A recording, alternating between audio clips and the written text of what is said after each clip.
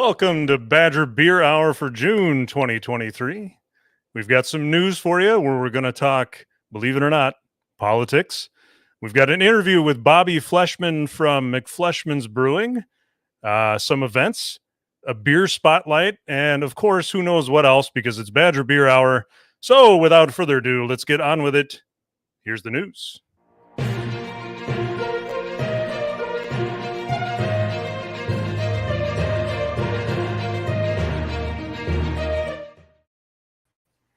Chris, how you doing, man? Landon, good to see you. Good to see you, man. Yeah.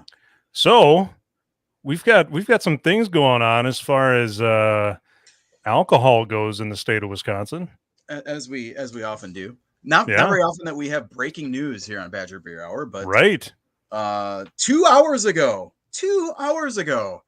the Assembly passed a bill called AB 304, which is a comprehensive rewrite. That might be a little strong, but it's kind of a top to bottom relook at Wisconsin's alcohol regulations.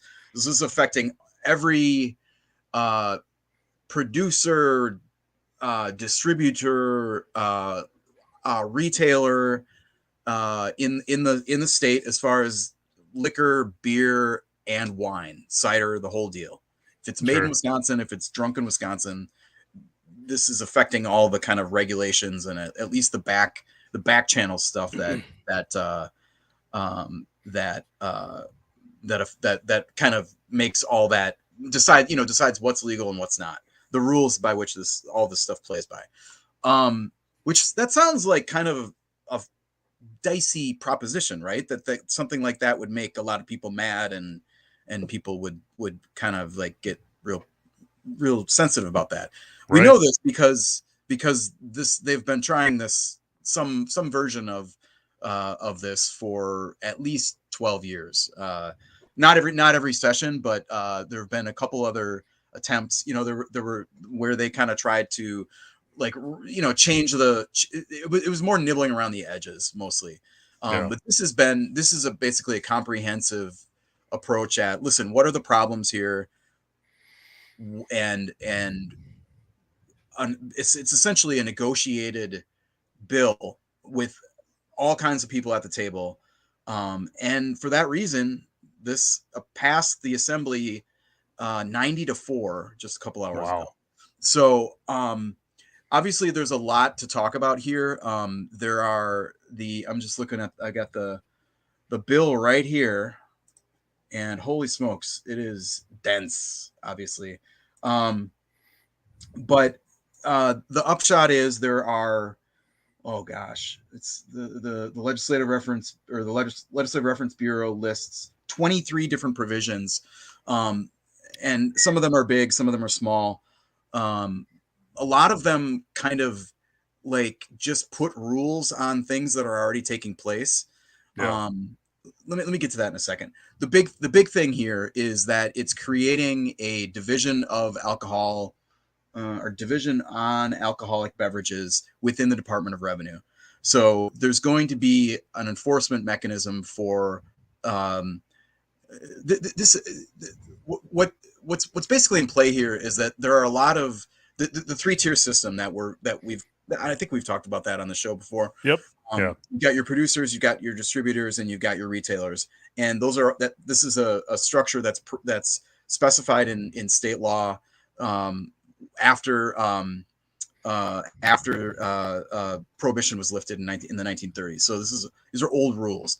They didn't have hard seltzer in 1936 or whatever.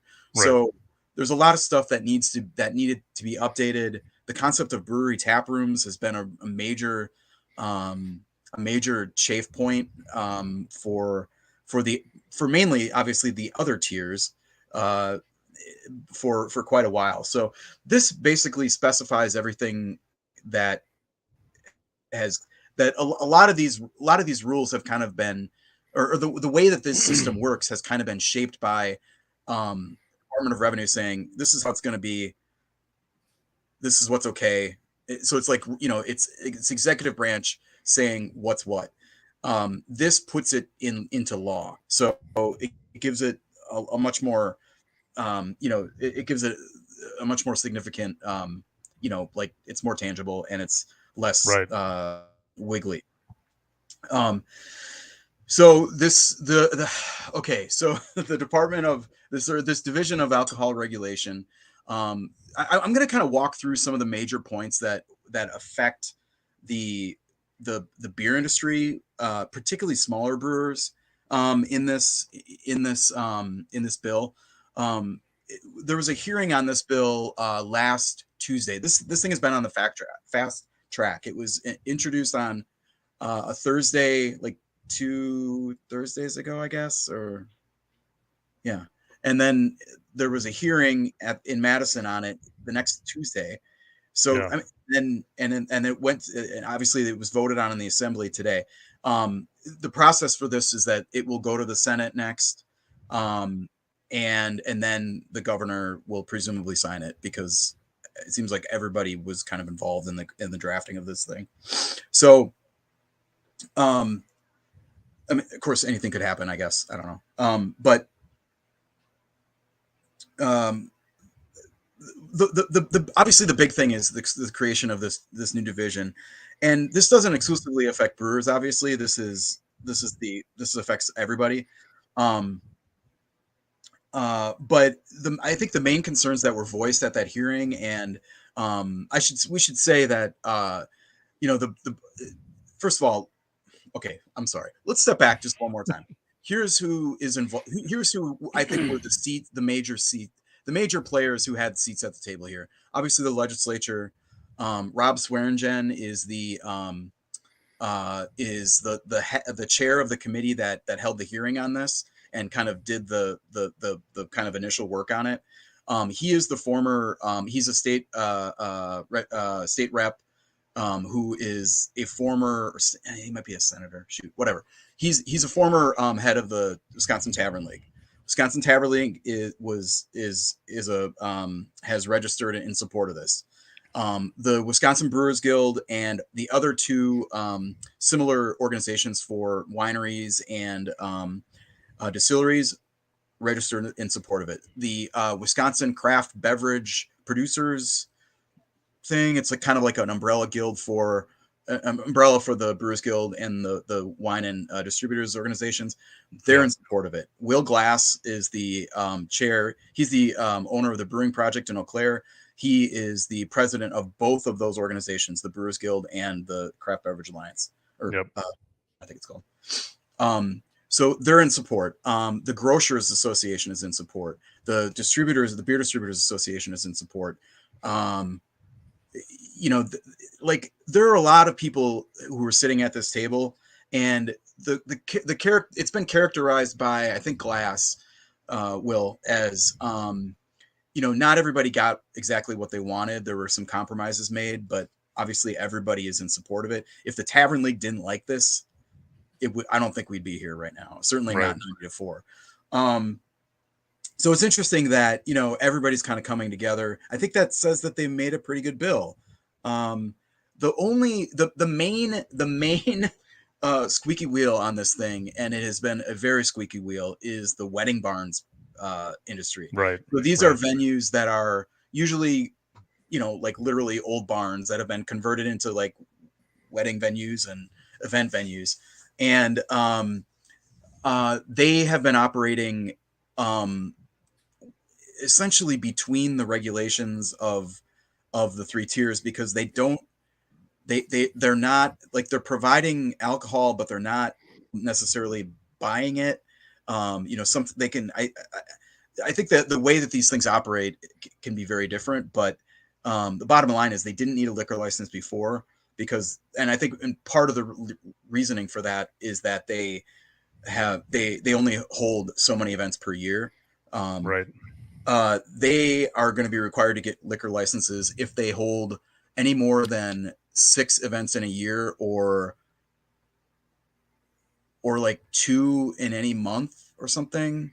It seems like the limits were pretty narrowly tailored to not have these commercial businesses that have weddings, like say once a month or every month, every week or twice a week or whatever, that they would have to get a liquor license, which I mean, they're saying that this will put them out of business.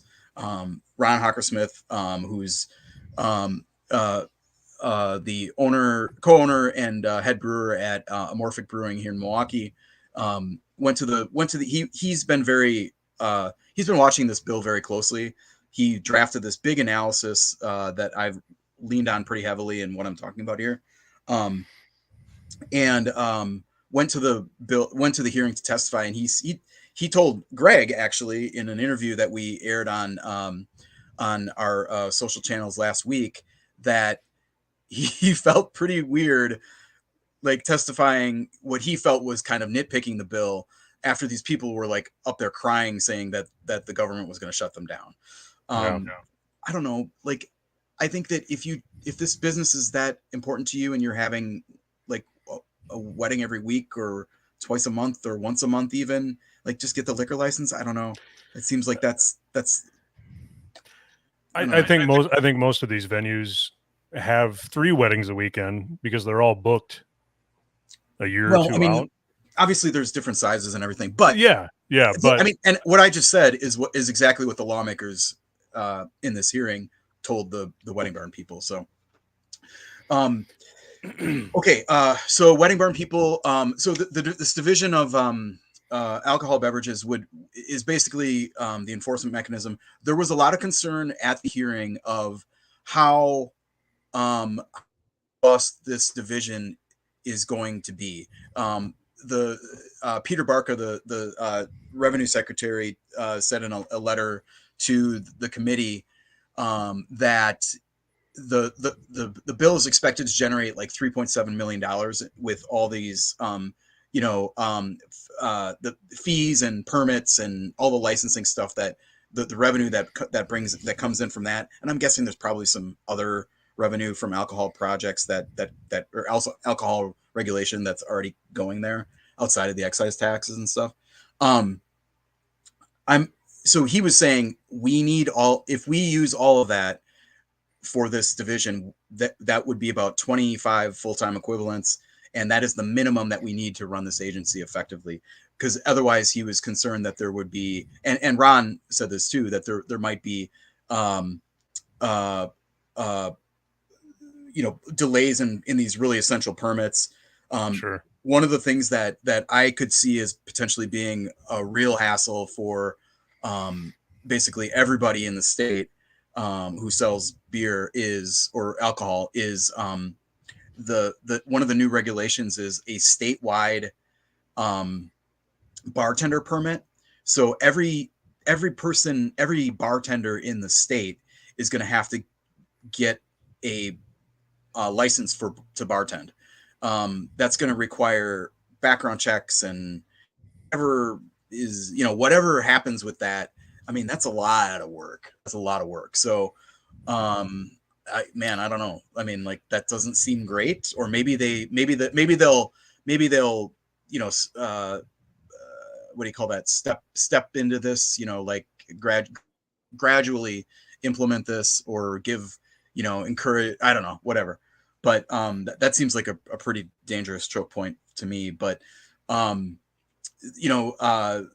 there was concerns at the hearing that this agency was basically almost being set up to fail. So that was one of the concerns. The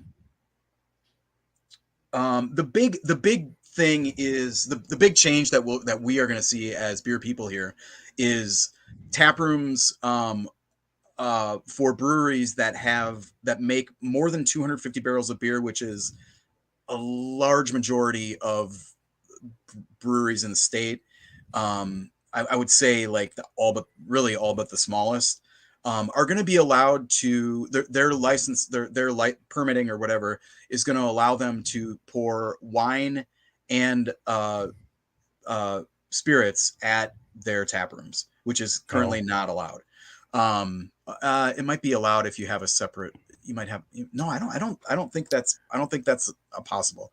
So This is obviously a pretty big deal. It opens up kind of potentially a new consumer to taproom businesses. It also opens up the event business because before, if you wanted to have a wedding reception or a private party or something at a brewery, you were just going to have the beer that they have, or beer that was sold, somebody else's beer.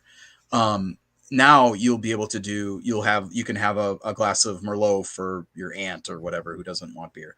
That it just kind of makes the idea of having an event at a brewery like this a lot more robust, I guess. So this is a clear win, for brewers. And I don't think I don't know. Maybe the Tavern League that was a concession for them. I don't know. I don't really want to. I don't know. I don't know enough about all that to kind of get into this. This next one is one that is more problematic, and this is one that Ron talked about with quite extensively. And I don't know, Greg, if you want to jump in here if you think I'm misunderstanding any of this, but the one of the key kind of like really cool innovations I think that we've seen in the way breweries operate in the last couple of years is there are a lot more of these these like pop-up events. So they'll have like I think about in Milwaukee, there are so many of these. Like we have 1840 Brewing that has a beer garden in like Germantown, in a park in Germantown, or I'm probably getting that wrong, but like these small breweries in the city or in the suburbs are essentially partnering with these municipalities to kind of like either basically just like sponsor a beer garden in their community park, like one night a week every summer, or one night a week all summer, or something like that.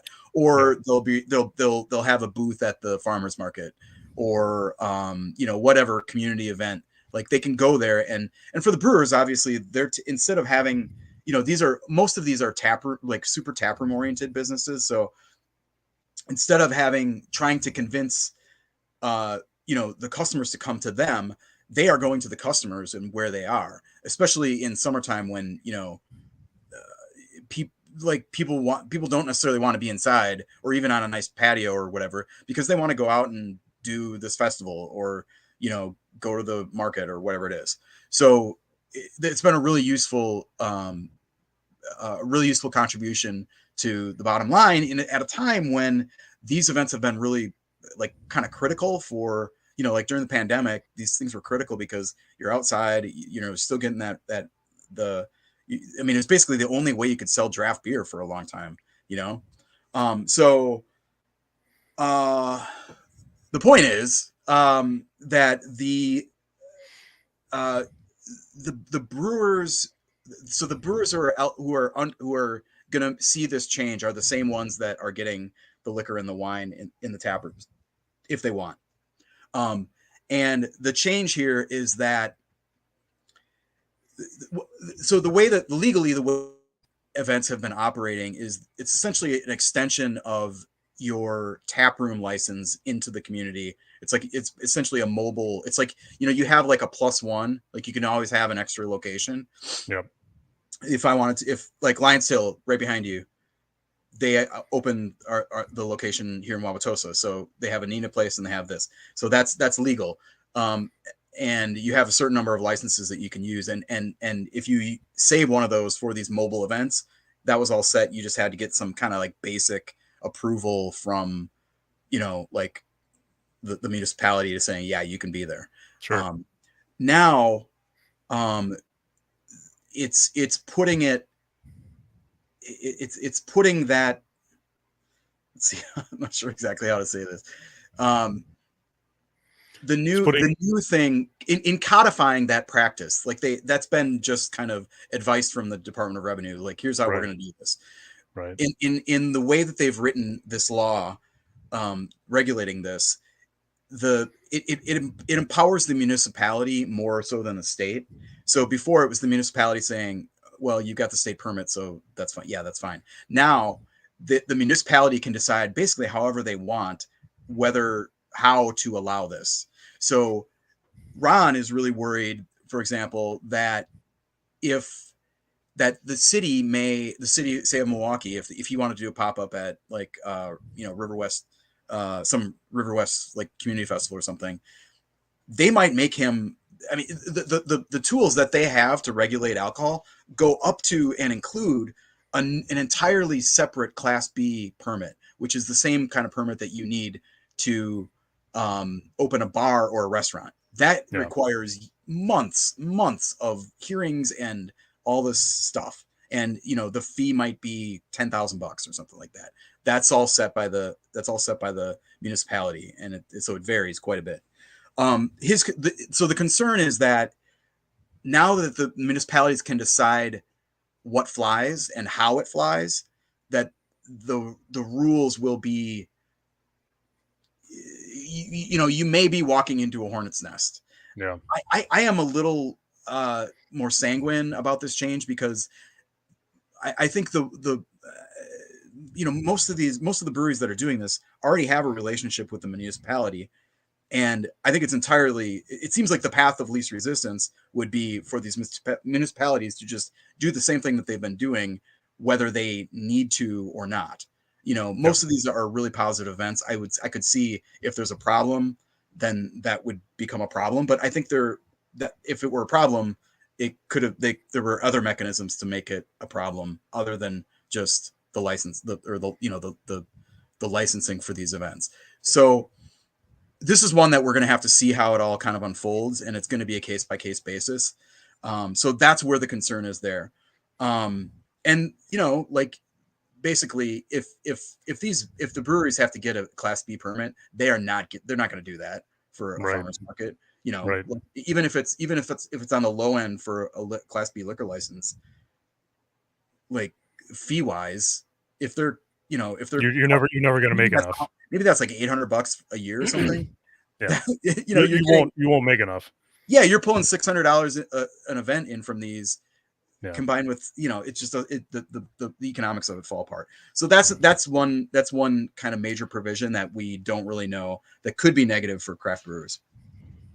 There's a bunch of other stuff that kind of like just establishes, like I said before, establishes what had already been happening. One of the big ones is contract brewing. This is a huge business in Wisconsin. We've got Octopi. We know about Octopi. That's the kind of the craft one. But City Brewing in La Crosse, that is a huge craft brewery, or a huge brewery that does, I believe, entirely craft or contract brewing. And so much of it is stuff that we don't associate.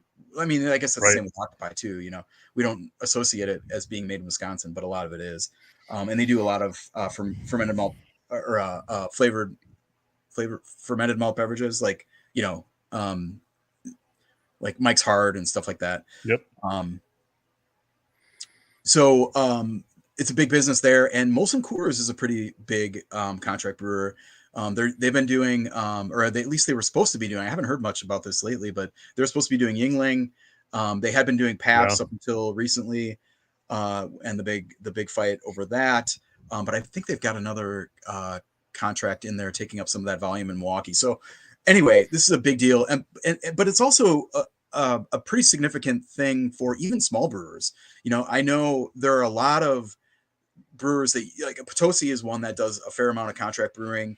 But then there are ones that just do kind of small one-offs. Like, when we had Ryan Koga from Carbon 4 on, he talked about doing some soda and stuff for, a local soda company.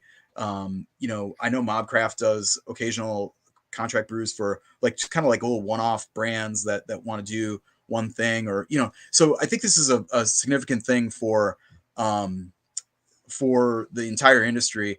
There's not a lot to say about it though, because this was already happening. The law just specifies who's paying the tax on it, or the where the barrelage counts as far as like the state tallies on that. Who's responsible for paying the tax? It's that kind of stuff. It's super boring, and as far as I can tell, it does not change any of the way that has been already kind of shaking out. So, big deal, but kind of not a big deal. This is my favorite one, Landon, because I get to make a joke, a pun, if you will. So, did you know that there are no laws when you're making claws. I did. Yeah. So hard But seltzers. there are now. There will be now. Yeah, Greg. Hard seltzers are not codified in Wisconsin state law. Right. So Right. presumably, our friends at Venture make a hard seltzer. Ale Sounds are making hard seltzers. Carbon 4 makes a lot of places are making hard seltzers. They're kind of maybe not legal exactly because Wisconsin state law does not allow for the substitution of sugar for malt in your fermented malt beverages, which covers beer. This law would change that. So it wouldn't change anything really, but it would just make it cool that this is all happening by using the federal definition for beer, which allows full 100% substitution of sugar, which is how these things are usually made. They're made from fermenting cane sugar, or cane sugar, and then flavoring it. Yep. Those would be cool. There's also Ron points out a possibility that some of the gluten-free beers that are made with like sorghum or something may have, technically run afoul of the law. Those would all be kind of, those would be swept in with this too. Another change that's not a change, taproom samples would be allowed. Apparently that was not specified in law. You can now have up to pour free samples up to 2 3-ounce samples per person per day at a brewery. And then one other thing that has also been happening, technically afoul of the law, is beer donations. So Ron kind of was super tongue in cheek about this in his little analysis that he wrote. Not little, his very in-depth analysis of this bill. He was saying we're gonna have to come up with another excuse for the reasons that we're turning away these hundreds of monthly requests for free beer. Yeah. So that's like a, oh gee, but there is, he does kind of also mention a potential competitive risk here, that this change could allow larger, like big brewers that have a lot of volume and have for whom maybe like 6 kegs or something is not that big of a deal on their bottom line, that they could sponsor events and kind of crowd out small brewers and keep their profile low. So that's almost a half hour on beer legislation. So my kind of sum of all this is, obviously there's this new alcohol division, but I think that the fact that everybody who's going to be regulated by it is in favor of it is a good sign. I have heard a lot of nasty things or kind of dirty tricks, by distributors, by big brewers, by small brewers, by like the pay to play thing. I don't know how big of a deal it is in Wisconsin. People don't really, I haven't heard that it's a real big deal, but in other states it is a big deal. This pay to play is where you are paying a usually a brewery or producer or a distributor is paying a retailer to stock their product and not stock others. Now there is a unit in the state that will be dedicated to enforcing stuff like that. So people know who to call.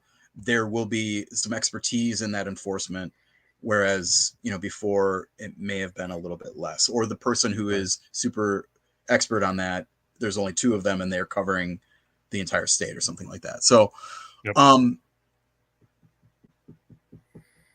big deal, but kind of not a big deal unless you're a wedding barn, I guess. Sure. I don't know. And if you want another 40 minutes on that, Greg did a wonderful interview with Ron Hawkinson. You can check it out on our YouTube channel. So Ron Hawkinson, not Ron Hawkinson, Hockersmith. Sure. Hawkinson is the tight end for those stupid Vikings. Go Vikings. Anyway, we've got just a couple more news, Yeah. small news. I promise things. I promise the rest of the news will be super fast. Right. We got some news in Waukesha, North Pillar Brewing. Yeah, we got a new brewery in Waukesha. Well, not yet, Yeah. but it's in the works. I think this is only the second brewery in Waukesha. We know Really? about Raised Grain, making great beer. This is North Pillar is taking shape in a really old building that is a former brewery, in fact, which is pretty neat. This is the former home of Weber Brewing near downtown Waukesha. Yep. Building dates back to 1857, which is old. That's old. That's real old. Doesn't get much older than that here in Wisconsin. And they are hoping to open by the end of 2023. I don't know. We'll have to ask Bobby if that's a realistic timeline for an old ass building that you're putting a brewery into. But I guess it could be plumbed and stuff for, there could be trenches and all the stuff that you need for that. But sure, old buildings tend to be problematic. But in any case, we'll be looking for North Pillar Brewing in Waukesha toward the end of the year. 2 new beers coming up. Well, one old, one returning, and then a new one. Yeah. So this is let's talk about the old one first. Yeah, it's one of my favorites. This was the first beer that I ever drank with my dad. Really? Yes. We were around the campfire up at the cabin, and I think it was after my freshman year of college, and he's like, "Well, do you want a beer?" And yeah. I'm like, I don't know about beer. What are you talking about? My dad was a social worker and an AODA counselor. Sure. Back in my day, so I was a straight arrow in high school. This came together much later. Yeah. But yeah, it's Liney's Red. Liney's Red's coming back. Yeah. It's going to be a fall release, and it's going to be part of. I think it's. I don't have my notes here. I just put down Liney's Red. I think they're doing it on the pilot system. Yeah, well, they already did do that, but I think they're going to bring it up to the big system, and I think they're putting it as a beer in the mixed 12 pack. Oh, the mixed pack, yeah. Yeah, so it's not like you'd be able to go out and buy a 6-pack of Liney's Red, but it'll be out there. Yeah, I think they've done this with some other kind of limited return beers. If you don't want to buy the mixed pack, just go to the lodge, because Chippewa Falls is close to everybody. It is. I mean, it is me. A lovely place, especially in fall, right? Yeah, it's great. Yeah, it's great. And then one other, we don't do a lot of beer releases in the news segment because honestly, there's so many of them. But this one rises. New Glarus has released an IPA. It's rolling out this week in Madison and should be probably the rest of the state next week. And just like New Glarus Pilsner in the spring, it is just called New Glarus IPA, which I think says something as I mentioned. Yeah. Was that in April that we talked about New Glarus Pilsner? Yeah. Probably. Wow, look at that. Yeah. It's kind of a blend. If you want to hear more about this beer, it's the subject of their the New Glarus Brewing podcast, which the episode that dropped Monday talks all about this and how they developed the recipe, and it's pretty interesting. Runs on a little long. I don't know how. I mean, I would never do such a thing. But they're kind of trying to thread. They talked about the goal being trying to thread the needle between Moon Man and Scream and do something completely different in flavor profile between those. So it's a combination of what they described as kind of old world, like I think he said Hallertau hops with kind of more modern experimental American hops. Sure. The word dank came up quite a bit. Yeah. Piney. So that's pretty interesting. I don't know. I'll be buying a 6-pack of that as soon as I can. Very nice. And then one last quick one. There's a new building going up. Yeah. So we talked about this a few months ago when they announced it, but Foxtown Brewing, which is a really nice brew pub in Mequon, just north of Milwaukee, is opening a big facility, I want to call it. I still have questions as to whether this is whether they're actually going to be brewing on this site, but it's right on the Milwaukee River, in downtown Milwaukee, right across from the Milwaukee Public Market. So Nice. it's a super, super awesome location. I mean, it's kind of under the freeway, but so that's not ideal. But there's a humongous high rise going up, just kind of kitty corner, on St. Paul Avenue right now. They're building a dog park in there. They're talking about, I think they talked about like a distillery, Wow. and like dog, like kind of like they really want to, like, the dog park's going to be under the overpass. Yep. So they're right at kind of, you can't build under an overpass, so they're kind of technically right on the edge of it. But the dog park kind of, extends in there. There's going to be a new section of Riverwalk on that side of the river. It sounds like it's going to be pretty awesome, and these folks have money, so Very nice. It should be well done. And we'll see about the brewery. I don't know if that really matters, but there'll be beer, food, I guess distilling, and it would be kind of a dog theme throughout the thing. So they're just starting to dig on that. I cruised by on a boat on Monday. Little influencer, cool guy. Must be nice to be Chris Drosner. It's pretty nice. Yeah. It's pretty nice. Yeah. I drank beer on a boat for work. For work. Yep. It was great. Must be nice. Yeah. And that, Landon, is the news for June.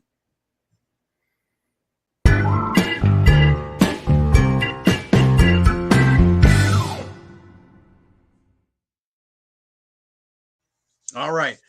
I'm excited about this interview this week or this month, you guys.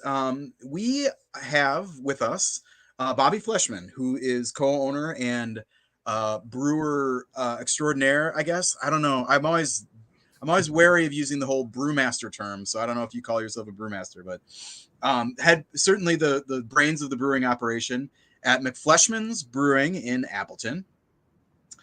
Bobby, welcome to the show. All right, thanks, Chris. There's your yeah. There you go. So tell us, before we get to the anniversary, tell us a little bit about McFleshman's, kind of what your model is, how things have been going. Obviously, we just kind of turned 5 just last week. So kind of walk us through what McFleshman's is and what it's all about. Right. So my wife and I moved here from Oklahoma, actually 10 years ago. I actually did my brewing education at UC Davis and worked at a few different breweries along the way in Oklahoma and then in Wisconsin after that. But yeah, we wanted to build. So we took a trip to Tadcaster, England. We were influenced by the old English ales off of hand pumps. And that became something we thought we should replicate as best we could in the US. And that's what I think we did. We've been recognized nationally in GABF and US Open for our pale ale and our IPA, English styles. And we also have a slant toward traditional German styles as well. So my last name is Fleshman. Her last name is McCoy. Bring those together, you get our brewery name. And she has sort of an Irish lineage. I have a German lineage. And so you kind of see how the whole story comes together there. But yeah, we're very, very traditional. And we'll throw a couple of curveballs in there, like everyone has to, seltzers and hazies with fruited sours, you name it. But our core brand really is we have 4 beer engines, and we do every English beer in an open fermentation vessel. We do secondary fermentation in firkins, ran through a hand pump. We do decoction brewing, and for people that know lager brewing, that's really where it's at. Yeah. And then we do extended aging in horizontal tanks, spunding, natural carbonation. All of our ingredients are from Germany on the German side. And so when people say, when I try to sell beer and they said they'd rather have something from Germany, what I'm really hearing them say is they would rather have something that was aged over the travels from Germany over the ocean or plane or what have you. But in reality, we're doing it on a Czech-built system. Everything we do is authentic in every respect, whether that be English or German. Yeah. So what about the model? Like, I know we have seen your cans down here in Milwaukee. I believe you're in Madison a little bit too. But is distribution kind of the model for you guys, or more taproom focused? We're definitely taproom focused, and you've heard it a dozen times where breweries will say 2020 came and they had to jump in to the cans. So we did that, and we stuck with it because it became a pretty good pull to our tap room. It was a way of introducing our brand to the market at large.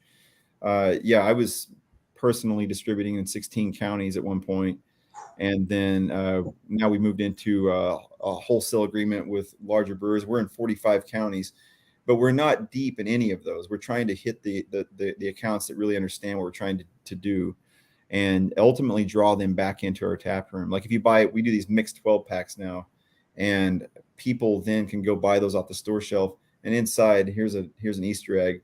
There's a free pint in every one of those. And the other thing is there's also, like, if you pull the labels off the cans, you bring those in, 10 of those get you a free beer. So there's really 2 free beers in every one of those 12 packs. So the goal is a Trojan horse. We're trying to treat all of the things we do out there in the wild as ways of getting you back to our tap room, because really you don't get to know who we are until you see the tap room we built. We're our own engineers, architects, designers. We did our own construction, our own my dad was a builder, and I come from that sort of background. So for you to see what we've done and people walk into that space, arguing with you as to its age, and it really is only 5 years old, but that's I think that's a compliment to us. We've really done the best we could have ever done in transporting that English experience or Irish experience back to Wisconsin. Awesome. Okay, I have a lot of questions. Yeah. Yeah. Did that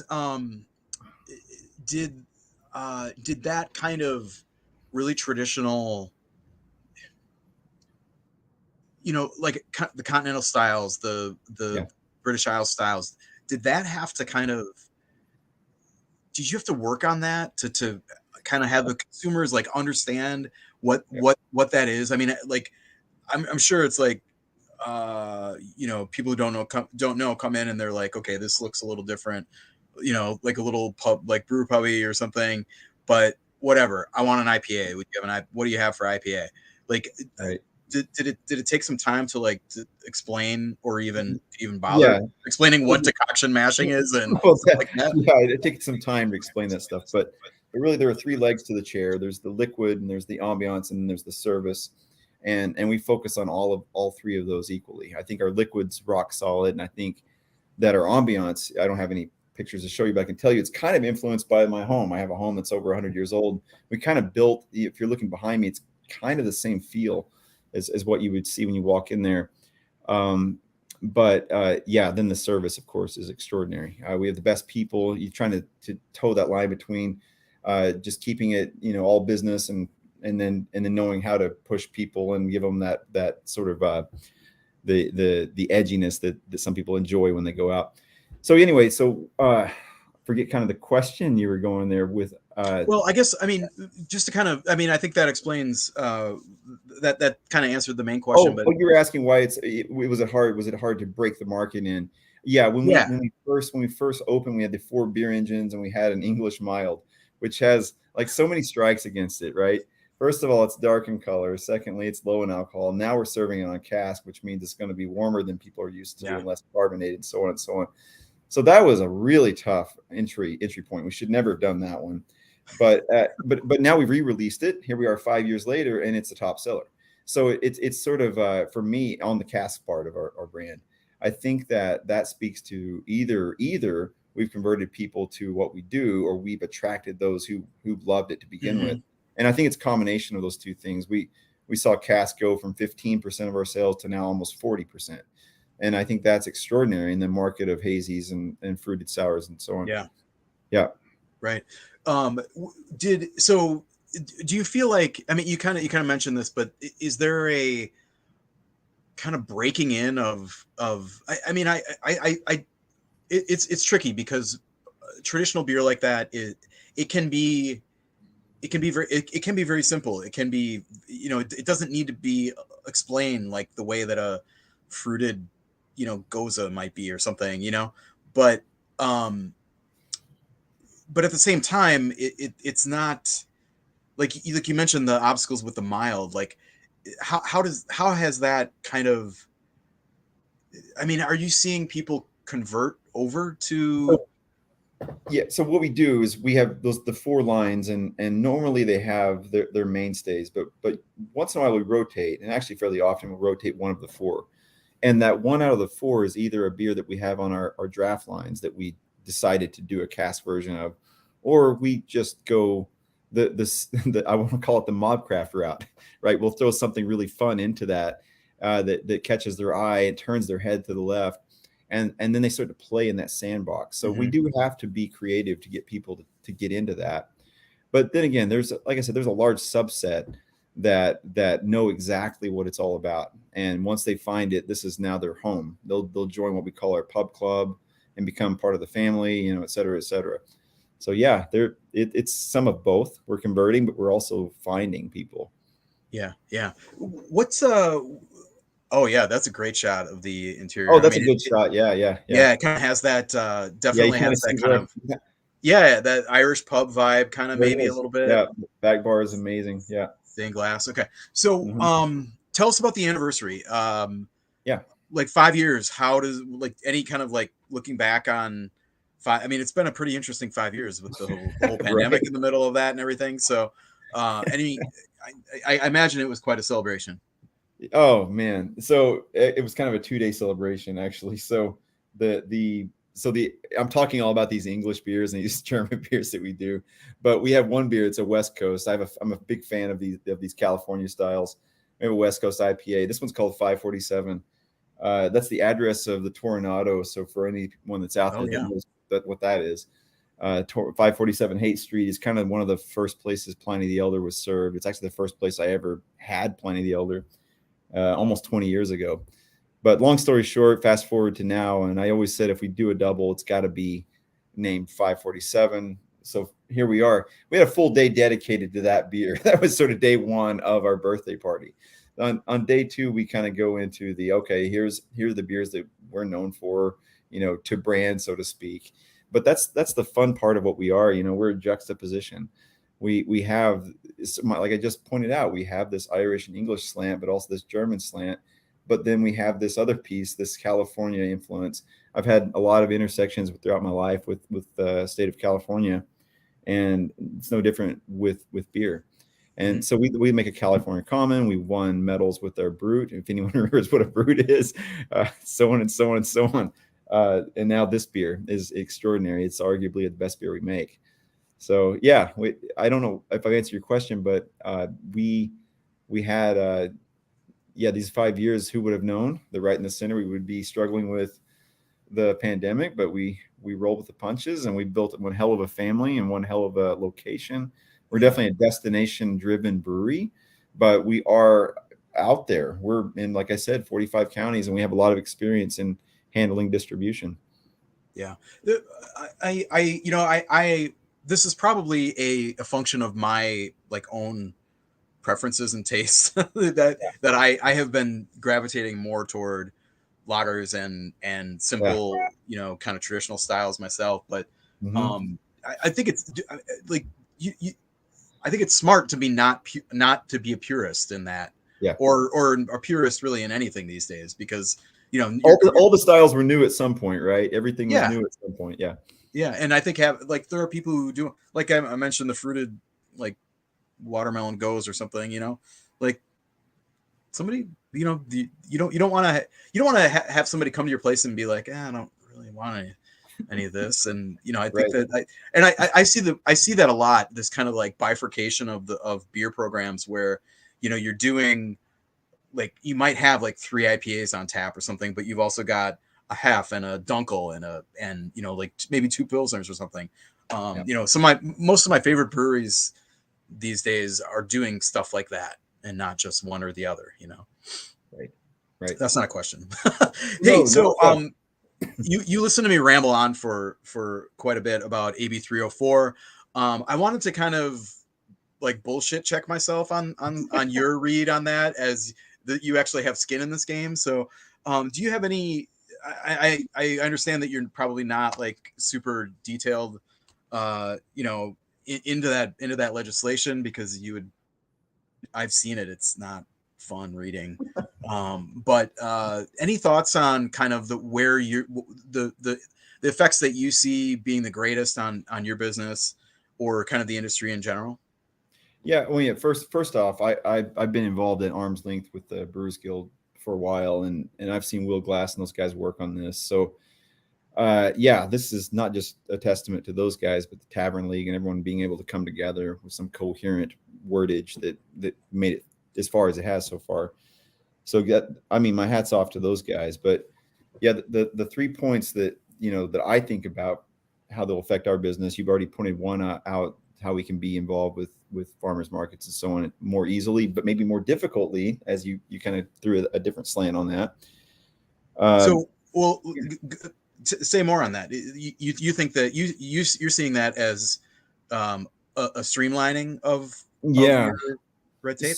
Speaking to your comment about how if you have strong enough relationships with your municipality, how now this just makes it a little less cumbersome. I don't have to reach out to DOR and have more involvement on from that standpoint. And then I think it may open up opportunities for us to sell beer in permanent retail establishments too. I need to look more closely at that, but it sounds like that's what we're talking about, that we'll be able to operate standalone up to 3 standalone retail establishments.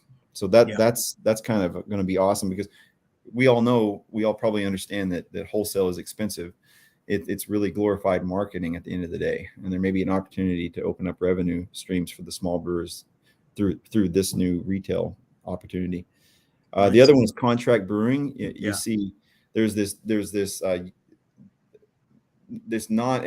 no parity between the microbrewer and the brew pub when it comes to this. The microbrewer can be a contract brewer currently, but a brew pub cannot. And it seems a little bit arbitrary. And related to that, you see that we opened after 2012 as a microbrewery, and the consequence to that is that we can't actually serve, and you talked about this a little while, wine or liquor, and we don't want to go like neck deep into this world. But if we could serve, in our case, Irish whiskey or Scotch or bourbon, it really fits the theme of our pub. So yeah, I can see that becoming a huge, not just direct revenue draw, but also starting to sample a whole new subset of clientele. So I think that's huge. And we had to become a winery just to be able to serve wine. So we have gone the distance from that standpoint to date. And we were discussing becoming a distillery to do the same with spirits. Right. So, but here we are, right? I mean, like, how stupid is that that's the hack for the existing law is to be become licensed as a winery when you've never touched a grape in your business? Yeah. Like, yeah, exactly. That's now we do make our own thing. cider that falls under that license, but to your point, the only wine we serve is what we buy. Yeah. Mm-hmm. Great. Well, what's coming up? What's next for McFleshman's? I mean, after this big party, I'm guessing. Taking a deep breath, maybe take some time off. I wish. This is every brewery will tell you this is the busy time of year. Yeah. We have a big beer or a big music fest in Appleton called Mile of Music, and we go through 140 half barrels that weekend. Wow. So that gives you kind of a sense of the scale of event we're talking about. We have, for a little brewery, that's a big deal. When is that? Is that in July? The first weekend of August. Okay. Yeah. So right now is go time, right? We're filling the tanks. Here we go. And mark then the calendars, folks. First weekend in August in Appleton. It's very cool. There's like dozens of venues, right? Like every place in the city is. Venues, yeah. 700 sets. It's 4 days. It's insane. We also host, I think, the best lager beer fest in the state. I think a lot of brewers will tell you that. I think Beloit bowed out of their festival this year. So we are now, as far as I know, there's Lager and Friends, and then there's another one, I think the Beloit one. But in any case, we're one of the last standing lager only brewery or beer fest. We host that in our street. We shut it down. We have over 20 breweries. I think we're at 25 now. So they're from all over. We dot the state, and and then Appleton. And when is that? That is the first Saturday of October every year. First Saturday of October. Landon, put that in the events document there. Got to get that one down. That's kind of the near term. What's the long-term plan for McFleshman's? Are you thinking like world domination here? It seems like I could see that. Yeah. So we are looking, like I said, our model is tap rooms. We want to bring experience to everyone, not just the liquid. So additional tap rooms, we're looking at a few options right now, and also like at expanding our own. Never taking the eye off the ball when it comes to our own tap room. We want to make sure that always receives the attention that it deserves. And then we'll see where it goes, because we're running almost 2,000 barrels out of a 1,000 barrel brewery. So wow. we're stretching ourselves pretty thin. You know, so this new location would definitely have some tanks and a system in there. Not we're definitely we got a 10 hectoliter, 8.5 barrel check system, and we run pretty hard. Yeah. Nice. Any hints as far as where that might be? Are you happy in the Fox Cities? Or, hey, I mean, I'm a journalist. Yeah. I gotta ask some tough questions. Well, I mean, if I could wave a magic wand, I'll tell you there's a lot of options on the table. But if I could wave a magic wand, I do have some sort of affinity to Milwaukee. I have a lot of friends there, and it's kind of a lager type city. And I mean, definitely, without a doubt, it's lager type city. And I think we can tap into that. We have a strong enough following there. I think we can actually grow through that. On the other hand, along the lakeshore, Sheboygan, Door County, there's some opportunities there as well. But I think that's probably where we're leaning at this point, on the east side of the state. Okay. Yeah. I know you mentioning Milwaukee. I mean, I think I'm pretty sure the first beer of yours I ever had was at the Sugar Maple. Oh yeah.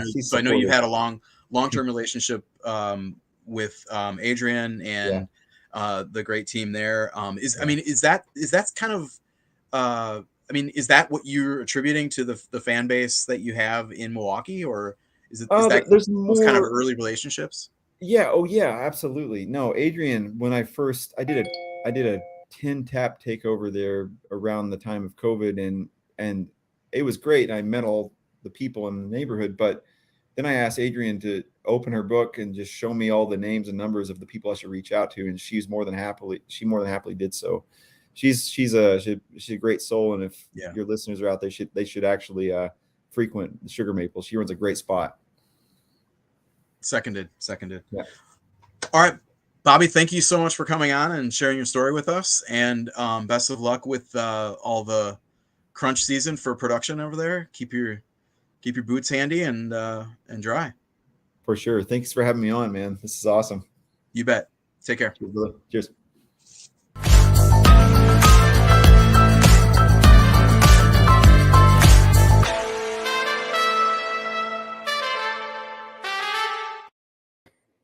Greg. Can't hear you, man. Am I the only one not seeing our full transitions, Landon? You must be. I saw it. Cool. I love it. I was jamming until it stopped on me. And so what's going on with events? There are a few. Yeah, we've got a few. So we just talked about Cask Ale a little bit in that interview. So there's a Cask Ale festival coming up. It is called Kraken the Firkin. So Kraken like the octopus, Kraken the Firkin 2023. It's coming up actually this weekend. Saturday, 1 to 5, Sir James Pub in Port Washington. So obviously it's a one-of-a-kind beer festival that's, I'm assuming, going to have a ton of cask engines. All you care to sample, Firkins and pins. So your ticket includes unlimited samples, souvenir glass, and you get to vote for the people's choice and the most unique. Yeah. Nice. And, for beer lovers like us, all you have to say is Firkin and I want to go. Yeah, absolutely. Yeah. So I'm there. It's pretty simple. Yeah. Check it out, y'all. Here we go. Here's the last thing. But yeah, Kraken the Firkin. I'm pretty sure if you Google that, it'll lead you to all the details. Absolutely. So this one I thought was funny because it is called the Beer Baron Cemetery Walk, and is at the Woodlawn Cemetery in Green Bay, where our beer baron is from. He's from Green Bay, so I thought he was putting this on. I don't think he is, but it's coming up this weekend from 2 to 3:30. And are you leading that, Chris? Are you going to the but cemetery? they will be hearing from my attorneys. Okay. My Well, team very of good. representation. No, I am not one to get territorial over the beer baron thing, because obviously it's a thing. And I didn't find out until after I named my column like 12 years ago that the Milwaukee Homebrewers Club is called Beer Barons of Milwaukee. And of course I was in that column's like based out of Madison, but still, right. I was like, oh God, I wish I hadn't. Anyway, onward. I thought you were going to say you're not territorial about going to the cemetery and drinking beer. No, I would do that. Oh yeah, Green Bay has some cool cemeteries, dude. Sure. I wouldn't know. I wouldn't know either. But for $15, you can go to the Woodlawn Cemetery and drink beer this Saturday. Hear about some of the first big names in beer, the rise and the fall of the beer barons of Brown County. You will get a brewery passport with your ticket purchase, and then the passport will give you a buy one, get one to their modern local breweries in Green Bay. I don't know if it's all of them, but it must be quite a few of them. So if you like cemeteries, you like walking around, and you like beer, there is an event for you. Okay. Yeah. I don't think I've ever heard of a beer event in a cemetery. Have you? Me neither. No. Okay. Yeah. Cool. That's if that's your thing, y'all go.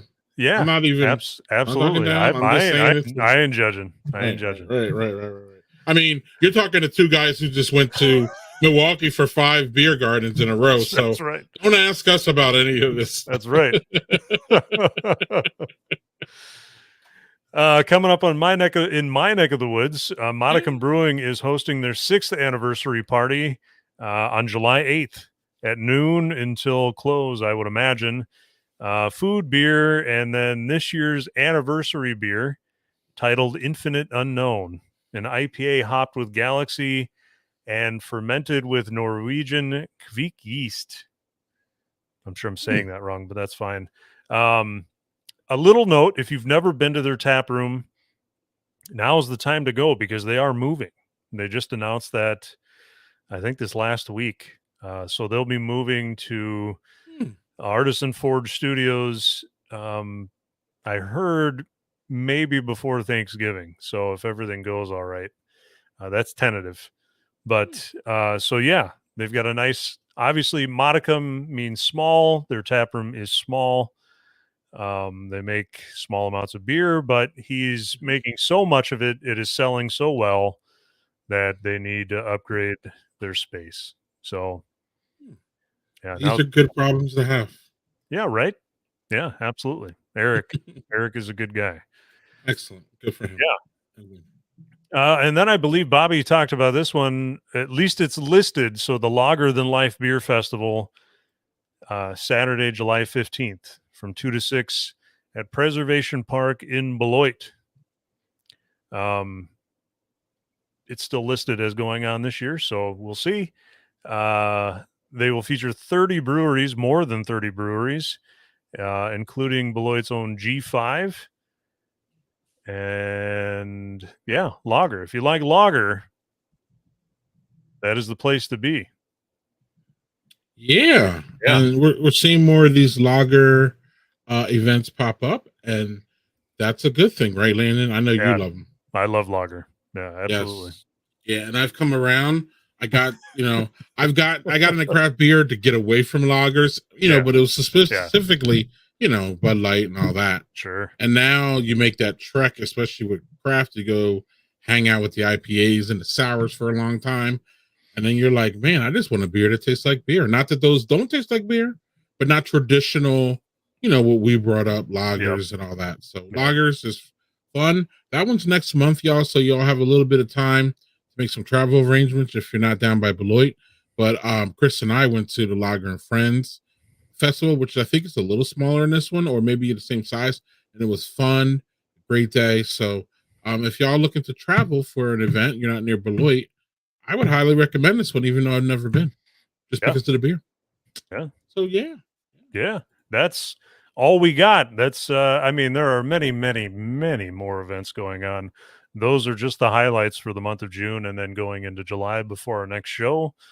But if you're looking for something, go out there and search for it. I guarantee you these months of the year are when these breweries are doing all of their events. So check it out.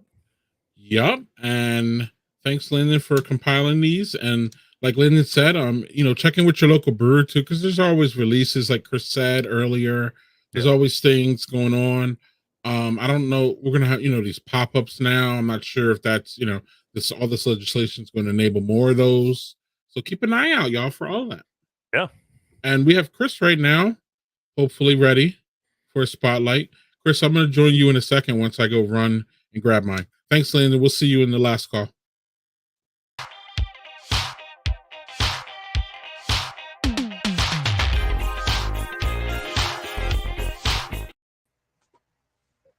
All right. We are breaking the rules in the beer spotlight tonight because the beer spotlight is not a beer. Whoop. We talked about this when it came out.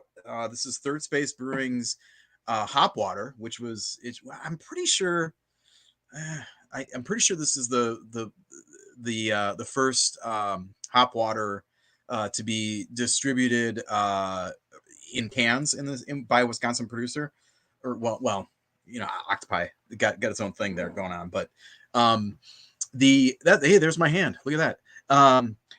But I talked about this as an interesting thing, and then I actually started drinking it, and I love it. I love it. And the way I see the use case for this beverage is a couple things. Like, first, there are nights when I'm home and I am thirsty and I don't want to drink soda and I don't want to drink like milk and be weird or something, or I don't drink coffee, whatever. I want something to drink, and I want it to taste, and I want it to be a little fizzy. I want it to do what soda does. I am a prolific soda drinker, and I used to be a lot worse with it, but lately I've been switching, whatever. And hop water is something that I have been turning to a lot in that case, where I don't necessarily want to drink a beer, but I do want something that's bubbly and hoppy a little bit. It does have that beer-like kind of taste without obviously being beer. I mean, essentially it's like, I mean, really what it is seltzer flavor. It's like non-hard seltzer with a little bit of like flavoring and beer. And especially the Third Space ones are mosaic, but it's like a mosaic hop, but it's also lime. So, and then they also have a Citra lemon one. So obviously it's a lot closer to LaCroix than it is to like White Claw here. And the other way that I've been drinking a lot of these is in sessions. Like on Memorial Day, we had a cookout out in the park, and remember Memorial, it was pretty hot. And I'd had a few the night before, and I'd had a few the night before that. And I was ready to like not to be dry because it was so hot and sunny and whatever. And it's that social situation, like what I've realized is that I love drinking. And in these situations, I want to just sip on something. So what I did was I packed a few like Pilsners and Kolsch's and stuff like that. And I packed a bunch of these, and I would go every other, and I drank basically nonstop for 5 hours in the hot sun, playing croquet, chasing after kids, grilling stuff. And I was not drunk. I was not even really buzzed exactly, maybe a little bit, but I was feeling good. And I was like refreshed, and it was because of hop water. So this is almost more of a PSA really than a spotlight, because it's not really beer, but I think these are great. And Third Space is the one that I've been buying a lot because friend of show, and I think they just do good work. And this is this is the best one of these I've had. But Fair State makes a really good one out of Minnesota. I even I don't mind the Lagunitas ones as well.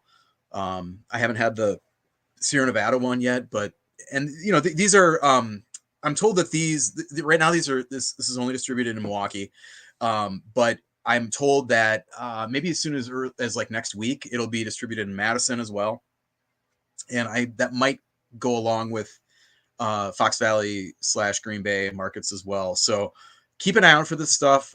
Certainly, if you and I guess we could try it, Greg. Should we taste it and do tasting notes? I drank half of mine already. So I mean, what the reason I really like these is, obviously they're really brightly carbonated, a little bit kind of a rocky carbonation, like big bubbles.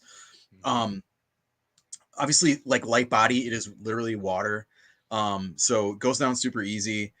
Think seltzer that way, but there's like an alkalinity to it and a dryness on the finish that to me is what makes this super thirst quenching, and like obviously super different than just water. And that the flavor, I think the flavoring stuff is really hard to get right on these things because it's a real delicate balance. And Third Space, this one threads the needle for me, as far as like, kind of like the flavorful enough, but not over the top, and it's certainly not sweet at all.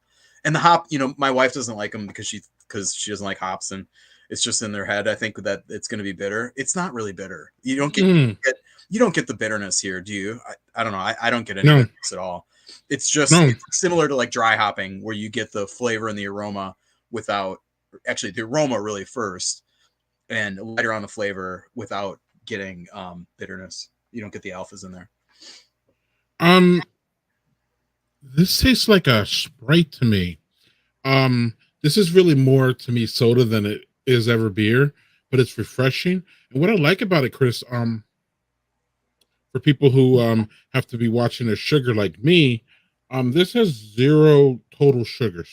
0 calories. Yeah, that's another big 0 calories, 0 fat. I mean, 10%. 10. I'm sorry. Gotta get this right. 10 mg sodium. So it's literally 0% of the sodium that you can intake. So it's really almost like a non-factor as far as nutrition goes. There's nothing to it, y'all. But it gives you that right. But it gives you that it gives you that carbonation and that little kick that like you get out of a Sprite. This is, I said on my Friday stream that I would love if I could add some vodka to it, but that is not what it's supposed. Right. I think it defeats the purpose for me. For me, this is like an out of the box, just open and go, like something that I can drink that is not gonna make me drunk. It is not gonna make me fat. It is gonna quench me. It's gonna keep me drinking, and it's gonna keep that can in my hand, which I feel like I need.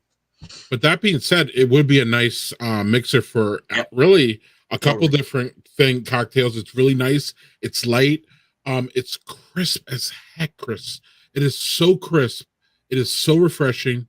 And it drinks like nothing. And y'all don't have to worry about, sugar intake and all that. So I don't know. There's really not really much bad things you can say about it, besides the fact that it's not really a bad thing, but it's just not beer. But it's made by a beer company that we love and respect. And it's also, like you said, a thing that mixes in with your beer, depending on, if it's early in the day, if you're drinking all day. This is really nice. I'm really, really digging these, actually. I said I kind of made fun of it on my stream, being like, we should add vodka. But I was kind of, more than anything, it's really more of a joke, but it's actually, this is a really good mixer, too, that you could just grab and have around. If people want to mix it, you can. If people just want to drink it. But this is a great alternative to, Chris, this is a better alternative to soda than it is to beer. For people who can't drink soda or, get all those carbs and, sugar, if you're worried about that, this is great. And this is what I want. I think this is also, Chris, real quick, what I wanted and what a lot of people wanted out of the early seltzers.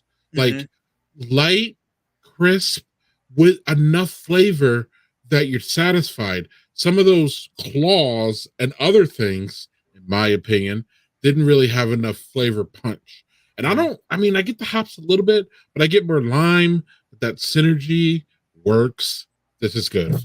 Yeah, I agree. I mean, I'll throw out one drawback, versus like soda or like say, like like a Sprite, something like that. I mean, we're talking what, $7-8 a 6-pack. It's a little bit less than the beer, at least where I got it at Ray's. It's a little bit less than their Okay. 6-packs of beer, but not a lot less. I mean, I think you see here what the ingredients in Okay, beer price cost point. versus the packaging, Right. the transportation, Right. the distribution, the markups Right. along the different tiers and stuff. So, yeah, and I'll say, I mean, Third Space is not the first brewery to make this stuff.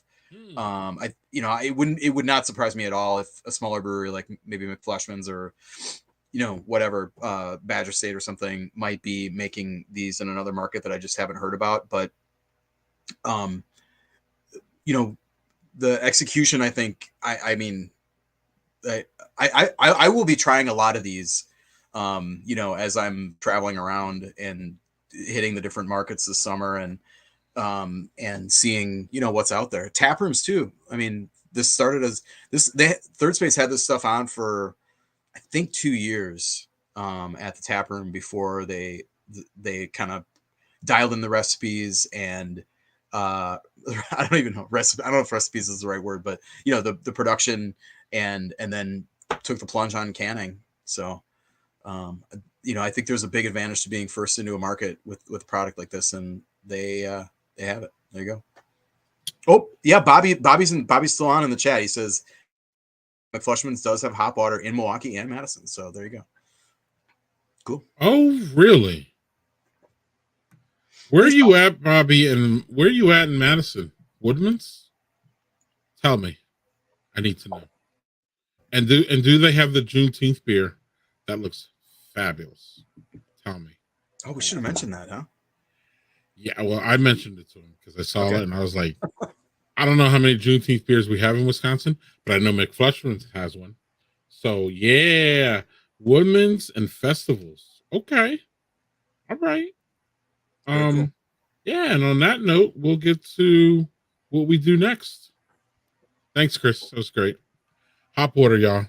Try it, especially if you're soda drinkers or you need something to mix it up with.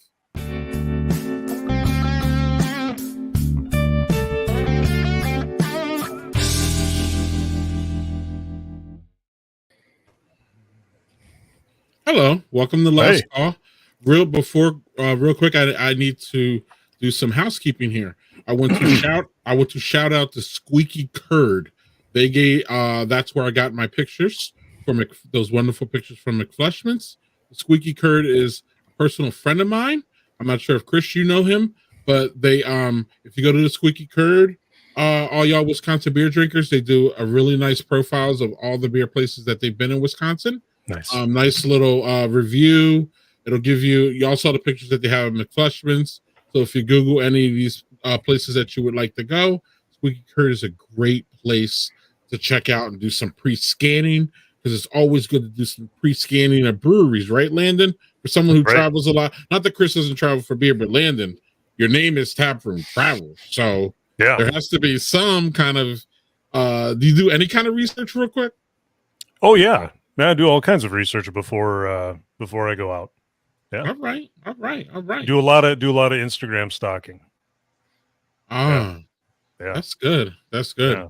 And that's also telling y'all, keep your Instagram up because people look at it. They do. There's a little insider tip there. Chris, what is going on in Chris world? Let's see. It's June. It's late June now. Our Milwaukee Magazine summer guide issue is out. It's somewhere in here. It might be back there, but I don't have any pants on, so I'm not going to get up and show it to you because I'll be showing you too much. It got hot. It got hot up here. Okay, the windows are closed. But that's the guide to everything you need to know to do in Milwaukee for the next month and a half or two and a half months, I guess. And I have a extensive kind of the written version of the discussion of the Assembly Bill. If you want to read more about that, it's quite the sale job on that 30-minute ramble, but probably more coherent and certainly more concise on that.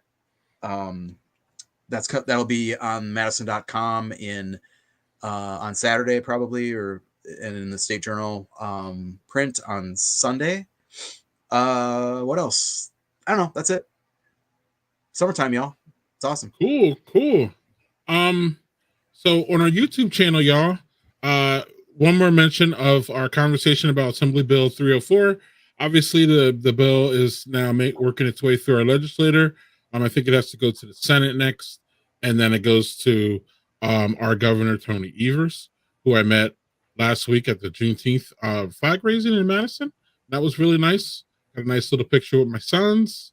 And that was great. But also, though, real quick, back to our YouTube channel, we're going to be having throughout the month, we'll be dropping different videos of us traveling, us being in different places.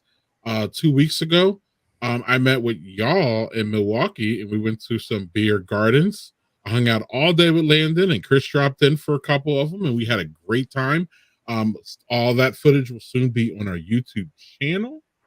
And yeah, I'm pretty proud of that interview. Chris gave me daps for that. It was just really a conversation.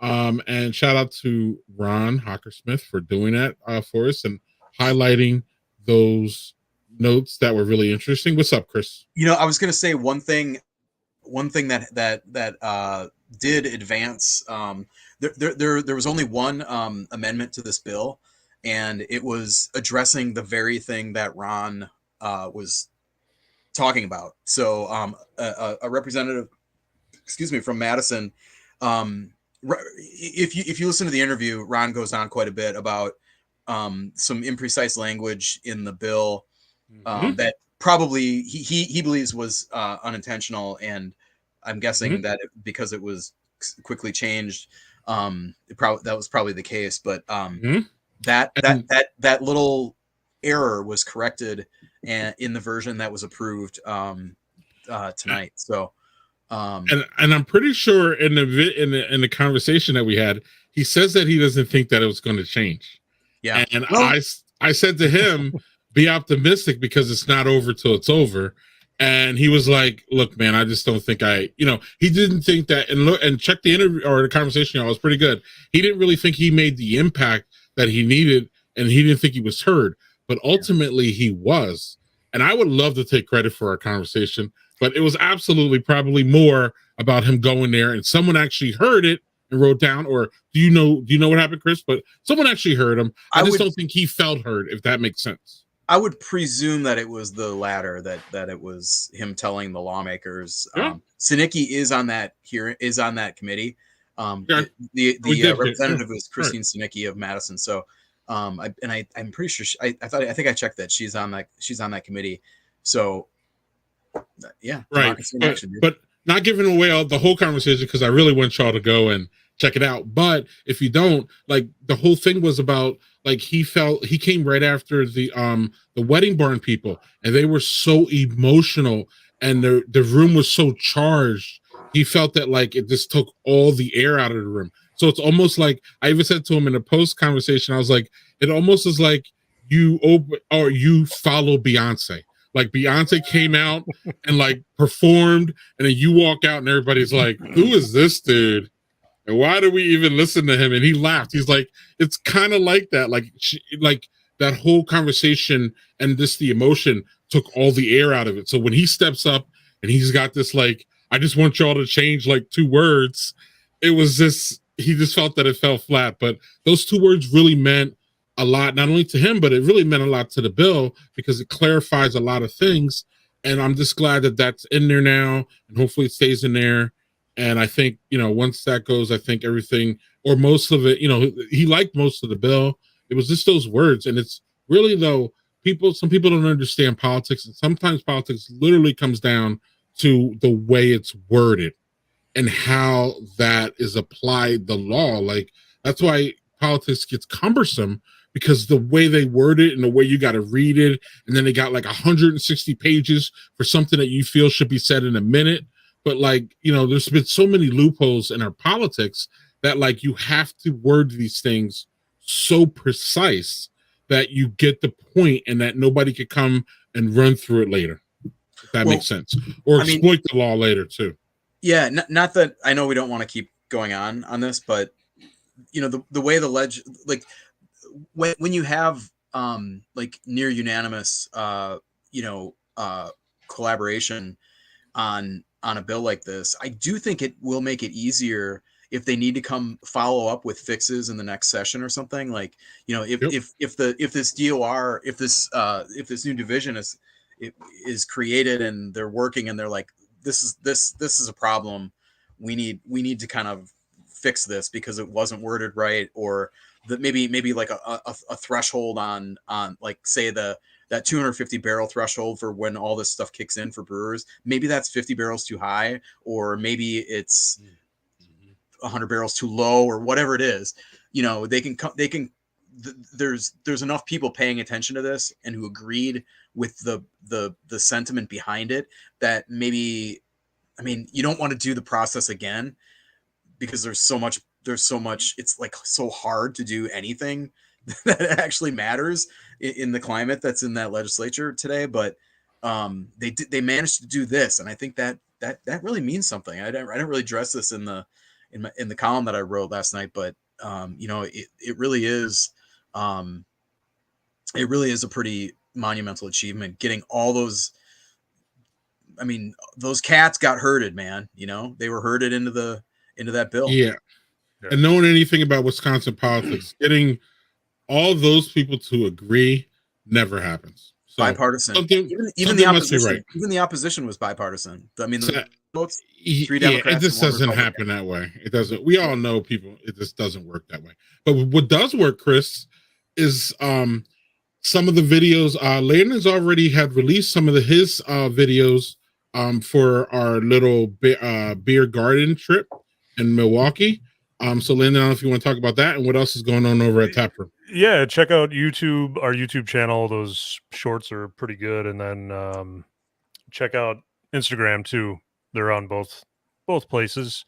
So if you want to know where I went, even just for Father's Day, just this last weekend, checked out a couple new breweries that are in the state over St. Croix Falls way and Balsam Lake. Couple neat spaces over there. Nice. Yeah. And cool. on top of that, we've talked about Botany Brew Farm in the past, the old Dave's Brew Farm. Yeah. They just released their first collab beer for Wisconsin with Brewery Nonick in Menominee. It is called Root Down. It is a burdock ale. Yeah, they're using a burdocks. They use burdocks. I have no idea. What even is that? It is a root. Basically, it's a weed. Cool. All right. I'm really excited for that brewery. I mean, I don't expect that I'm going to see a lot of the beer here. Yeah. I am going to go attempt. I really wanted in the worst way to go over there last Friday. Of course, I had family obligations, so I couldn't make it, but I assume they still have it on tap. So I'm hoping to make it over there either tomorrow night or Friday before I have to leave town. Nice. So, all right, y'all. And one last plug here. Y'all need to subscribe to our YouTube channel because even in our community tab, I'm going to start sharing some of Landon's taproom places that he's going. So in our community tab, you'll be able to see those. We're also that like button, you guys. Yeah. We're also going to be releasing pictures from that we took together from our beer thing. So there'll be a whole lot more content on there to keep y'all Badger beer houred up throughout the month. So we care about y'all. We see y'all once a month, but over there we're gonna have content pretty much all the time. What's up, Chris? You're just giving a salute. Oh, that was just kisses for our audience. All right. So have we hit on everything, y'all? I hope so. It's been Badger Beer Hour and a half. Ish. Yeah, literally. Literally. We did it, guys. 5. Yeah. Next Badger Beer Hour is July 19th. That will be our 4th anniversary, y'all. Damn. Yeah. No, 3. Isn't it 3? 3? 3. It's 3. It's 3. 0, 1, 2, 3. 0, 1, 2, 3. Yeah. Time flies when you're in a pandemic. It does. So, we want to give one last thanks out to Bobby from McFleshman's for joining us and letting him sharing that whole McFleshman's vibe. And yeah, I'm excited to try to find some down here. And yeah, so we'll see y'all. I'm gonna go to Appleton and drink some cask ale, man. That sounds Hell yeah. great. Man, this is true. We'll see y'all next month. Take care. Thanks for watching, everybody. Cheers.